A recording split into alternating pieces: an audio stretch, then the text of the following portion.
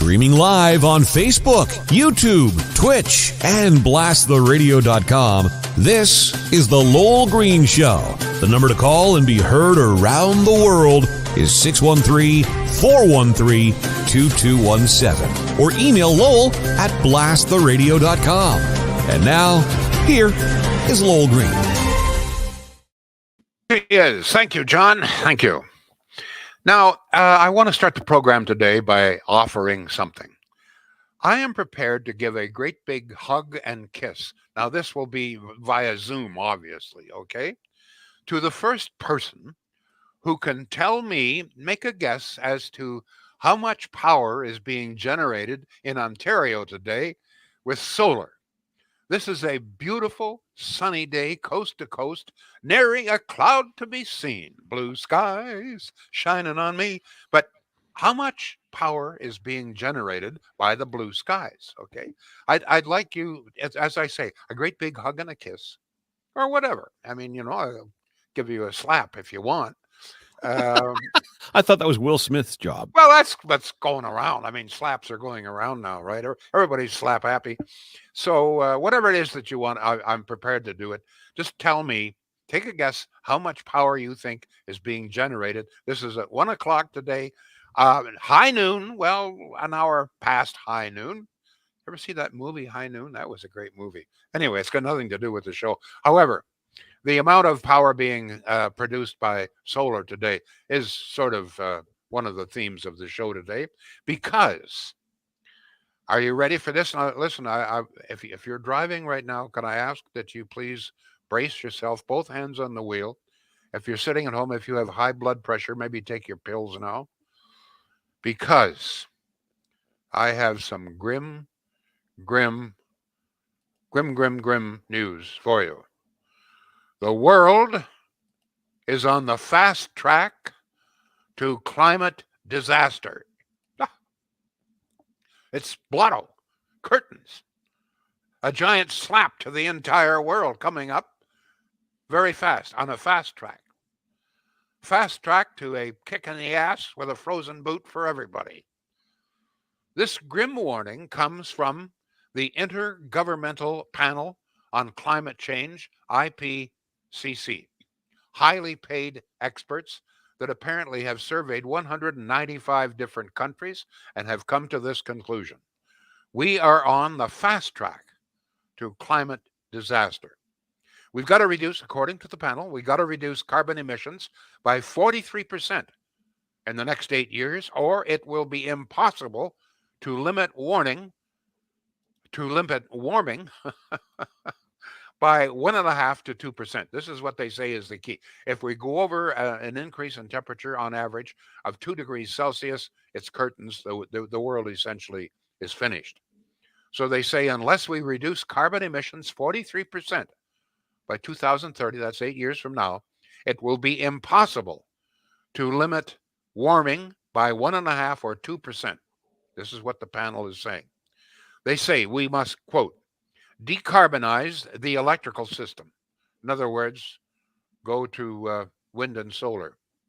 We must radically improve efficiency in buildings, brand new windows, okay, and other sectors. We must electrify transport. Electric buses, folks, coming up. We must use low carbon fuels, whatever the hell that is, and encourage walking, biking, and plant-based food while reducing consumption. So no more steak for you. You got to eat soybeans. In other words, you've got to do, according to the panel, this is, don't forget, an international panel. These are highly paid people.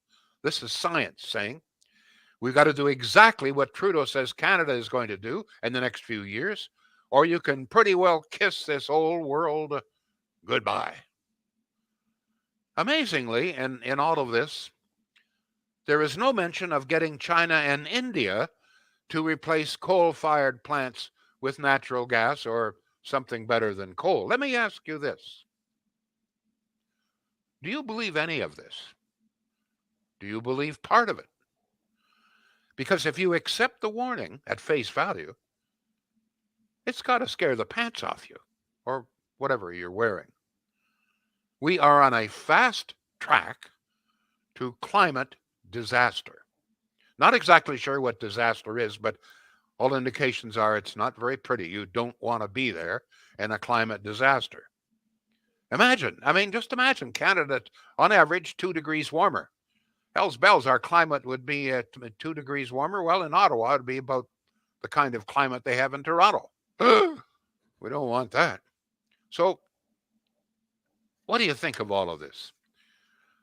And I'm still waiting to any suggestions as to how much power is being produced by solar? Right from the get-go. Here we go. So first one in was Craig with 2.6 meg. He says 14,909 megawatts, says Chrissy. Paul said 4%. Catherine said 3.5%. Donald said 400 kilowatts. Ken says 321 megawatts. Carrie says 3. Craig says no smacking me, Lowell. Lynn says 2%. Chrissy says 2.5% and 1.5%. Laurentian Buteri, solar 321 MSW. Okay, so all right. I think you catch the drift here. This is a beautiful day. This is about as nice as it gets for solar power. Okay, the panels are not covered in snow. It's not dark. There's no clouds. The sun is shining brightly. We have millions of solar panels, many of which have been sold to poor, unsuspecting people. And as of 1 o'clock today, I'll tell you exactly. Solar is producing 2.4%.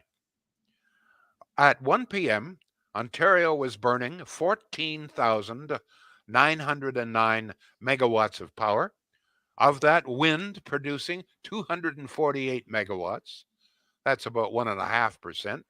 Solar, 321, about 2.4%. This is what they're telling us that we've got to go to. Where I don't understand it. You know what scares me more than climate change?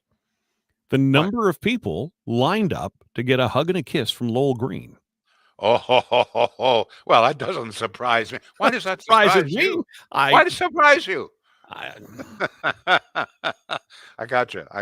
We've only got so much time on the show, Lowell. Folks, I don't know if you realize it, but this is more than 20 years now that we have been warned time and time and time again that the Earth is heating up drastically. The ice is melting from both of the poles. The oceans are rising. Miami, New York City underwater, ditto Vancouver, etc., etc.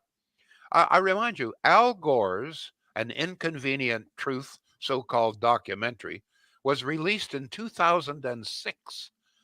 That's almost 17 years ago that this came out. And we were being warned long before that. Glaciers will be all gone. Well, let me see. Gore, in his documentary, claimed that the Arctic would be totally devoid of ice by 2013. Well, it turns out that this past year actually has seen more ice in the Arctic than they have seen in the last 16 years. It's quite amazing. And the attack on agriculture is very interesting as well. Cattle are bad because the panel, the IPCC panel, says that methane gas is rising drastically, and this is a major problem. We've got to switch from meat to plant-based food. Soybean farmers will be pleased to hear that. I'm not a climate expert. I'm not an economic expert. I've been around a long time, though. I've seen a lot of this kind of stuff. Certainly seen this for 20, 25 years.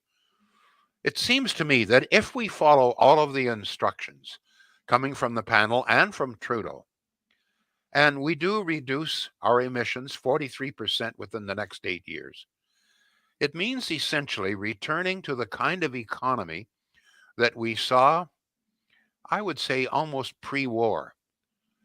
I went through that. I was born after the Depression. I went through that. I think in many ways what they were talking about is the kind of economy we had pre-industrial revolution. certainly before the age of the internal combustion engine, because that's what it would be end up with. 40. I mean, we cannot continue to run the kind of economy we have now, a modern economy, with a 43% reduction in emissions. We just can't. It's impossible. So we're looking at sort of returning not to an ice age, not to a stone age, but I think almost a pre-industrial revolution age, when most manufacturing and work and so forth was done in the home, and it was cottage industries. I just, and to me, the major surprise here in this report, which we're all supposed to, and by the way, don't think this is not taken seriously. I mean, essentially, the Western world economy is driven by this.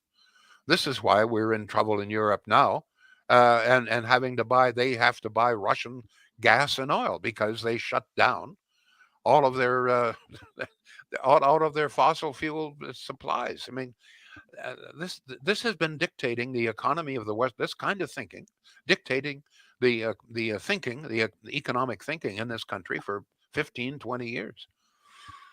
But I just don't understand why there's no mention that I can see of India and China. Now, I've done some research, a fair amount of research, which I don't know if IPCC did or not. The fact of the matter is that 70% of all of the energy produced in India comes from coal-fired plants. 70%. In China, 60% of all energy is produced by coal-fired plants. You may be surprised to learn that China, every single year, burns more coal than all the rest of the world's countries combined. This is the problem. We have two problems: India and China. Three problems: India, China, and coal. Now, we in Canada and several other countries, including the United States, we have the means to get India and China off coal and burning natural gas or some other much cleaner burning fuel. But as we know what's happened in Canada, the environmentalists refuse to allow us to get a natural gas or oil to India or China. But we're supposed to, this is what gets me, we are supposed to beggar ourselves, impoverish ourselves, change our lifestyle, even change the lawnmowers from the city of Ottawa from gas-fired to electric. I mean, and pay for all of this. But India and China are not supposed to do anything. But they're the problem. I repeat, please understand, China burns more coal every single year than the rest of the world combined. And you know where a lot of the coal is shipped from? Vancouver.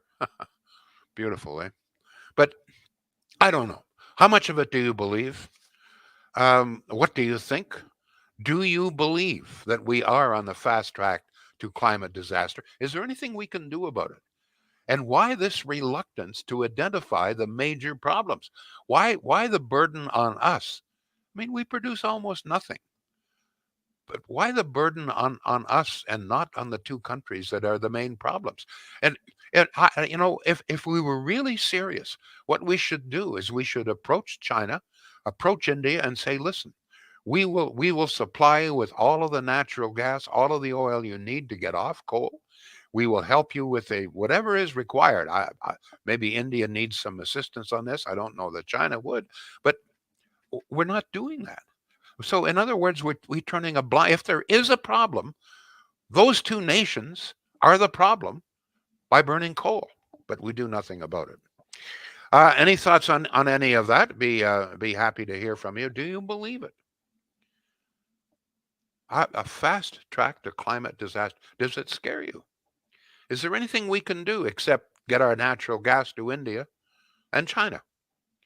And on another topic, very briefly, you have to wonder if half the people in this country have gone goofy. Goofy. A new poll is just out. Shows that the majority of Canadians think the coalition government between Trudeau and Singh betrays Canadian voters. Well, they got that right. But here's the weird thing, the goofy thing. the majority of Canadians think the move is just fine and dandy. I don't understand it. Maybe you do. John, what have we got? All right, 613-413-2217 is your phone number and your text number. You can post wherever you ordinarily post on your social media if you're following us on Facebook or on Twitch or on YouTube. By the way, Lowell, your YouTube numbers are skyrocketing. You're like doubling every single month. And we're also on Twitter. All your show links at blasttheradio.com/Lowell Green, or just go to lowellgreen.com. David says, not buying what they're selling here. Mike says, Canada can do whatever it wants, but be just a drop in the bucket. Like you said, Lowell, China and India need to do their share. China burns more coal than the rest of the world combined. Yeah, isn't that amazing? I did the research on this, and this is absolutely true. China burns more coal than the rest of the world combined, and the environmentalists have prevented us from getting natural gas or oil to China. Unbelievable. The environmentalists claim they want to save the planet, and yet they take action that harms the planet. I mean, how do you figure that? I mean, are these people stupid? Are they just totally ill-informed? Has ideology trumped common sense? It's unbelievable. Go ahead, John. Sorry. Kelvin says this climate story is just like COVID. It's all about spreading fear and gaining control. Well, Murray COVID says, is real. COVID is real. Okay, and you know, there's absolutely no question about that. COVID is real. You know, millions of people have died from it. I don't know how many people have died from climate change. Go ahead.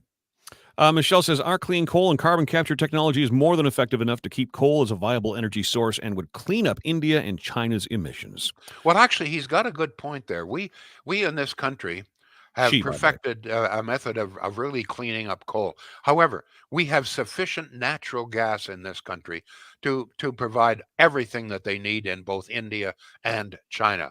And the way to ship it is through liquefy. But we have, as you know, I've mentioned this many times, Trudeau has either shut down or crippled or so handicapped 18 separate liquid natural gas plants. We are unable to supply natural gas or oil to any countries other than the United States. Go ahead, John.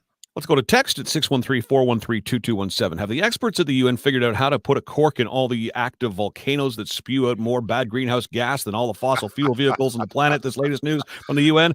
Pariahs is garbage, like all the other predictions that they and Al Gore have made. And this person adds, if we have another ice age, will our czar of electric cars make sure we all have electric ski-doos to drive around on? I hope so. Carrie on Facebook says both Norway and Canada combined are probably adding less than the 1% of all CO2. I agree. And we've talked about this many times before. Anybody who has ever driven across this country, and by the way, you should, you come away shaking your head and saying, wait a minute, mile after mile after mile after mile after mile of trees, forests, as far as you can see. I mean, it takes you almost 3 days to drive across Ontario, and for 2.5 days, it's just nothing but forest, swamp, and I mean, it's astonishing how all those trees are not sucking up all the carbon emissions in this country. It just beats the bejabbers out of me, John. Lowell, I know you've got some important stories on the go here, but Eileen has just chimed in and would like us to know that Wes's Chips in Arnprior is now open. Spring is here. There's two indicators of spring: the smell of skunk and Wes's Chip opens in Arnprior. It's funny because it's true. Thank you, It's Eileen. not spring. I got to tell you, it's not spring until you smell a skunk. Then you know it's spring. Go ahead. All right. Kevin says the USA is burning wood chips from trees, and it is called biomass fuel. There are hundreds of these hydro plants all over the country. It costs more to the environment than it produces. Let me see. Let's go to the year after Ontario quit taking coal from Saskatchewan. Your power bills went up and never stopped, says Murray. Len's having a conversation with somebody else. Here's Ann says, I wonder if that UN committee is stacked with people who are determined to ruin economies of the Western world, i.e. China. It takes away from the credibility of the UN to have such countries taking part in it. But I heard from a political strategist, Dr. Christian Lauperchet, that a lot of this hysteria has China behind it, because if we bankrupt our economies, the communist dictators win. I don't think China has anything to do with it, to be honest with you, in that regard. I just think that somehow or other we have swallowed the ideology of climate disaster. And we've reached a point now where no matter what happens, they have a tornado in Kansas, and this is climate warming. Well, I mean, they've had tornadoes in Kansas for some time. You ever see the movie? What is the movie? The We're Not in Kansas Anymore. Oh my God. Wizard of Oz. Wizard of Oz. Anybody Yeah. that's sorry. Wizard of Oz has been around a long time. So have tornadoes. So and now they have a forest fire, and it's blamed on climate change. Uh, we've always had forest fires. As a matter of fact, before the white man arrived here, much of the forest was burned every single year. I mean, think of it. Go ahead, John, please. Terry's reminded us that it's time to get a word in for Shields. Thank you, Terry. And he's absolutely right. Terry's going to put me out of a job. Thank you very much. Yeah, I do. I do want to get a good word in for Shields. And thank you very much, John. He's put up the website here. And one of the things I noticed, he's got it's gas-fired stoves. We often think in terms of electricity, but many people find that gas stoves are much more efficient and faster. I don't know what you think about that, but they have a wonderful supply of gas-fired stoves at Shields, along with everything else, whether it's refrigerators, ovens, whatever, microwaves, large and small, dishwashers, laundry washers, etc. It's all there, all listed. You'll see on the website the prices, and in some cases, some of the price savings that you will make. Go to the website, folks. At least it's a local company, been in business since 1947. Very, very well regarded, very good reputation. You only have a good reputation for one reason, folks, because you're good. And they are at Shields. John, please. Apparently somebody on YouTube thinks I'm cute. Thank you very much. Do you think there are more doors or wheels on this planet, says Buzz Through. I don't even know what that means. Okay. God knows where these people come from. This is a guy who probably votes Liberal or NDP. Go ahead. Michelle says the farmers are desperately trying to find a way to produce enough grain to make a living. Blame the carbon tax for making that harder than it already was. Gas stove will make you a better cook, says Catherine. Okay. Paul says, I have a gas stove on order. Let me see. My view is that a lot of forest fires are caused by careless smokers throwing their butts out of the car window. The grass in the ditch is dry. It spreads quickly. Also, the tree huggers won't allow sensible deforestation to get. Well, that's to a degree that is true. There are a number of reasons for it. But I don't think that the forest fires are any worse now than they were when I was growing up. I remember growing up in Brantford, Ontario, and the smoke was so heavy from forest fires that they were fighting at that time that people had to drive around with their headlights on. That's back in the 40s. So I think that people forget we've always had tornadoes, we've always had hurricanes, we've always had forest fires. I just think that we forget that now. It doesn't matter what it is. We've got a deer someplace that farts, and it's global warming. That's it. Go ahead, John. By the way, if you're watching on Facebook, please share this feed with your friends. Just click the share button. You're the best advertising. Let's go to 613-413-2217. A text here. Correct about the U.S. burning wood chips. Watch the Planet of the Humans. It's a joke that they think this is a green, renewable way to go. Well, much of them, to be honest, I'm not sure in the United States, but we always get, if you go to IESO, which is where I always get the figures for the amount of electricity being burned, you will see a figure there for biofuels. In Canada, biofuels is essentially the electricity being produced by the high efficiency incinerators. There's incinerator in Toronto. There's one, I think, this side of Toronto. So there are a number of incinerators in this country. And essentially, that's when they talk about biofuels, that's what they're talking about.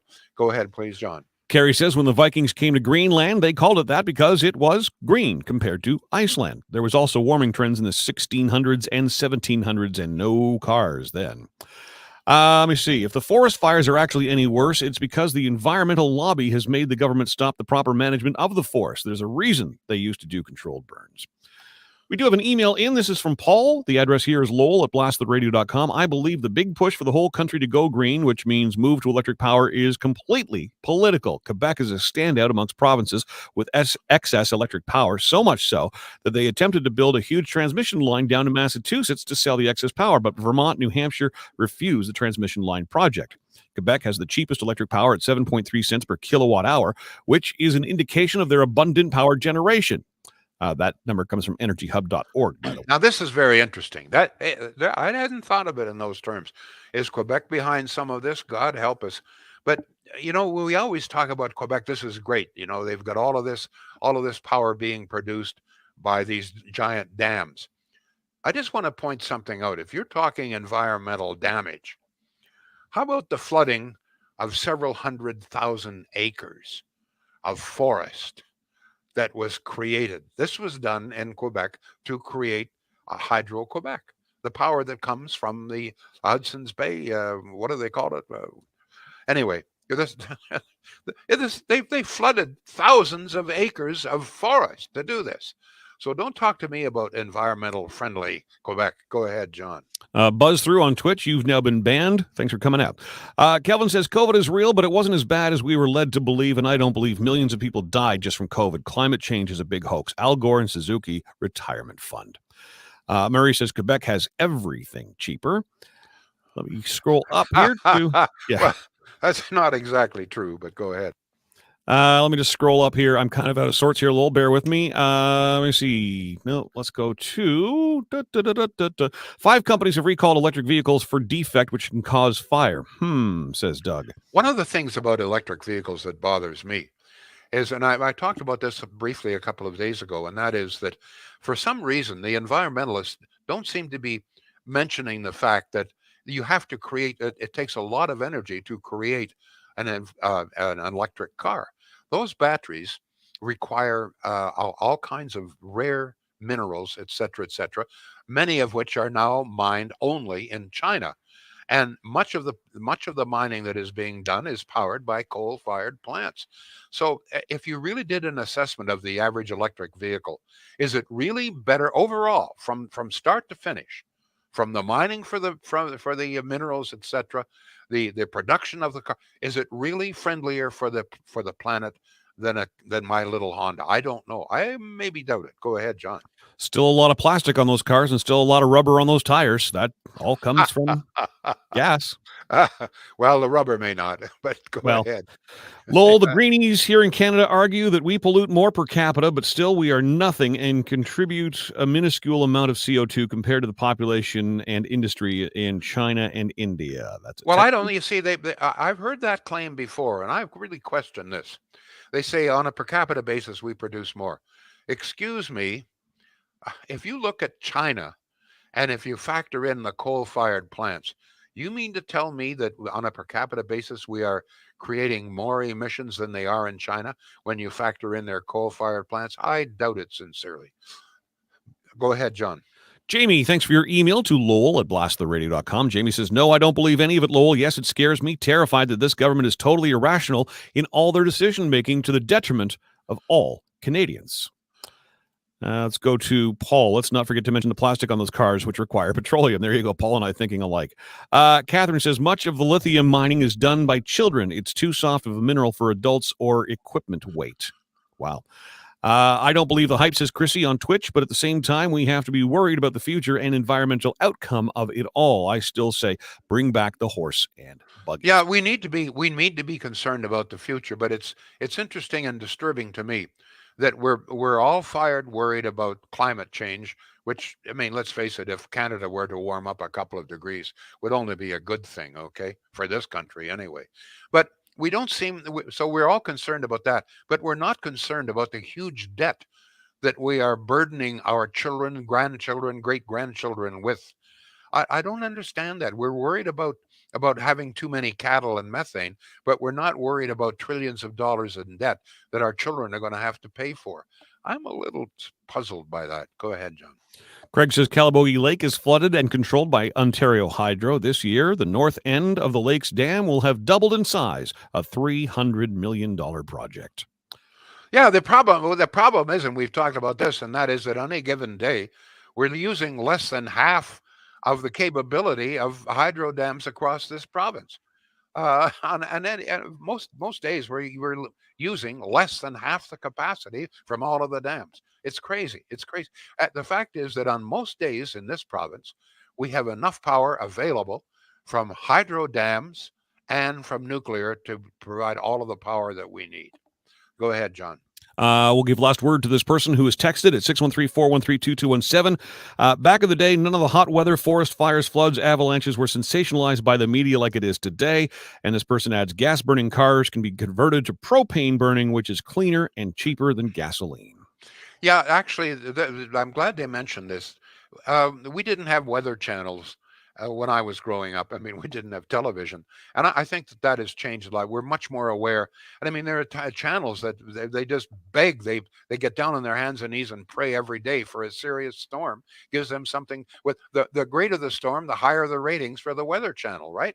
We didn't have that when I was growing up and when many of you were growing up. Thank you all, folks. We'll be back tomorrow. The Lowell Green Show is seen and heard live around the world at 2 p.m. Eastern. Connect with us online at blasttheradio.com/Lowell Green. Can't join us live? Download the Lowell Green podcast. Available on Apple, Spotify, Google, and more. Ask your smart speaker to play the Lowell Green podcast. This is a production of blasttheradio.com.